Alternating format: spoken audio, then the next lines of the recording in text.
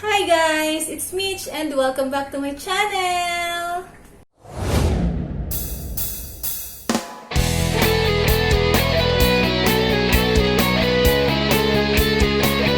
So for today's video, gagawa tayo ng graham cake. These are the ingredients. We have here 2 packs graham crackers. Any variant will do.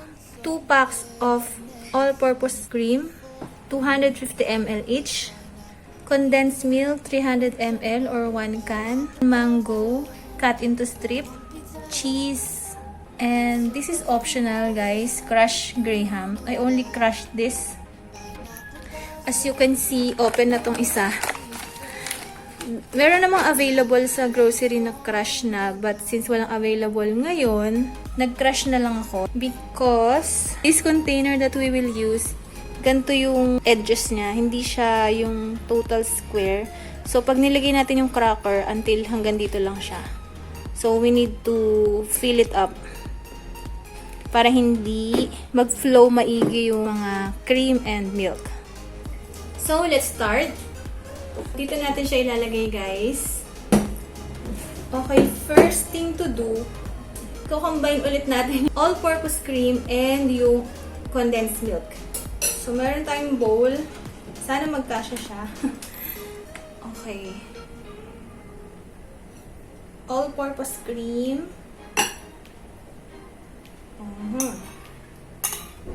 Condensed milk. Ooh.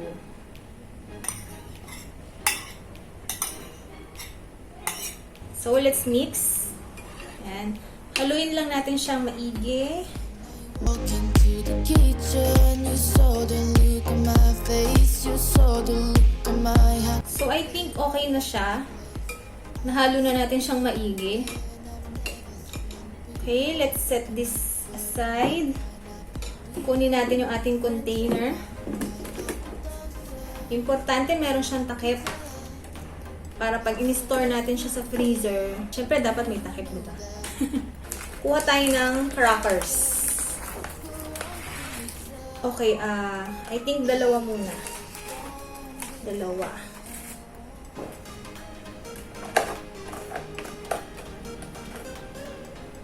Let's cut this. Kasi hindi siya umabot doon sa dulo. So, pakita ko lang sa inyo, guys, ha. Ayan, guys. Ganyan yung itsura niya.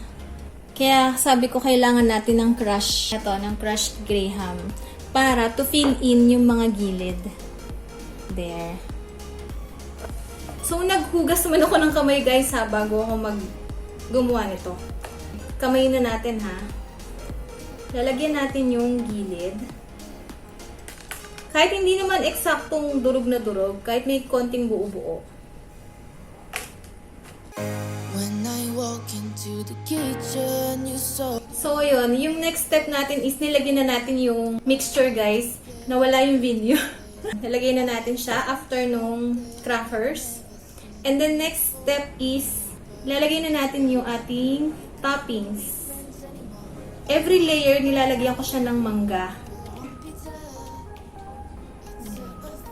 Para until dun sa gitna, pagkagat mo, meron pa rin siyang, malalasa mo pa rin yung mangga, hindi lang siya sa ibabaw. Okay. Yun munang medyo durug-durug yung ilagay natin sa ilalim dahil hindi naman siya makikita. So, I think that's enough. And then, lilayer ulit natin ng crackers.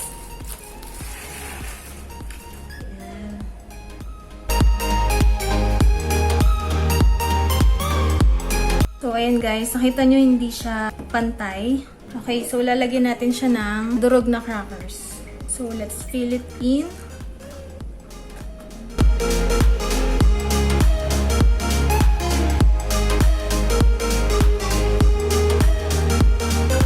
So, okay na siya guys. Then, our next step is, sorry medyo messy dito guys ha, sa part na to. Kasi dyan ko yan dinadaan yung milk. Cream. Ayan. So, pupunasan na lang natin yan mamaya. We can't avoid it kasi talagang maggaganyan siya. Ayan. Punuin lang natin siya. Next step is yung ating mango, kung ano man tawag dyan. I had to get out of this place. I sin so Ayan. Okay na yan, guys. Pwede na yan. Lalagyan ulit natin ng crackers. anymore. Pineapple toasted, purong pizza. And then, let's fill in yung mga gilid ulit. Paulit-ulit lang naman yung procedure. Purong pizza. Okay, so this is our last layer na, guys.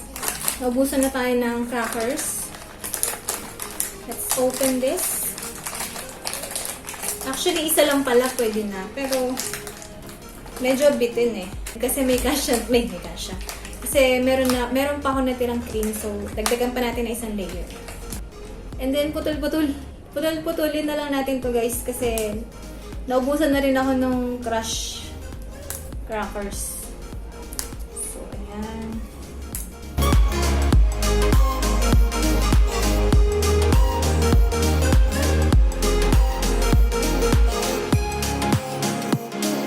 Lagay na natin to lahat.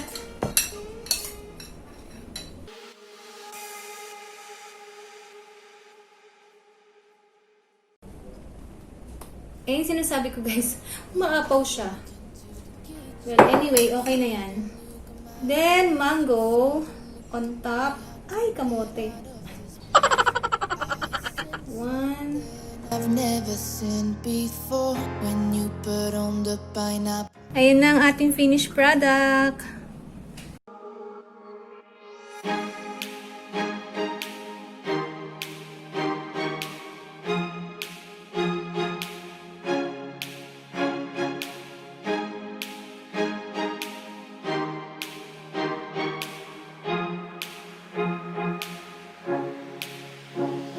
We're done na, guys.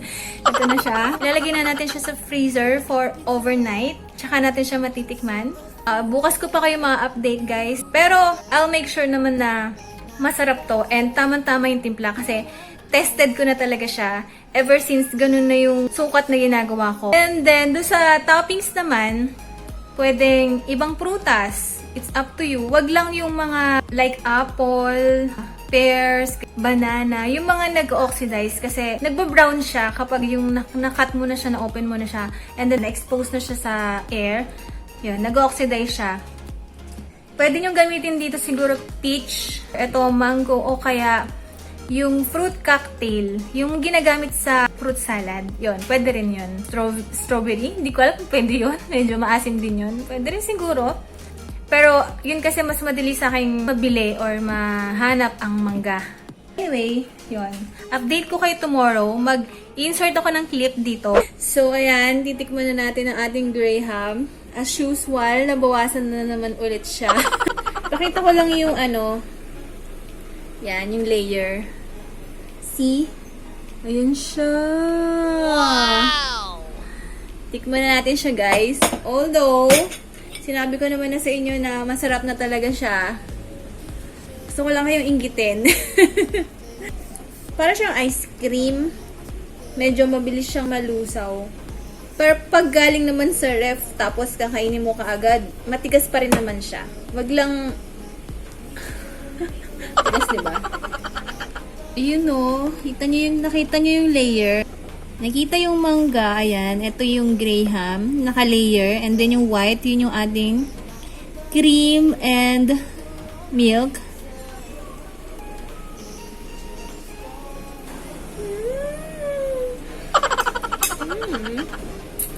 Lamig. Sobrang nakakahappy tong pagkain na to, guys. So, itry nyo talaga siya. Ganito kalaki. Good for at least 1 week to sa akin. Ako lang sa akin mag-isa. Pero at least sulit na.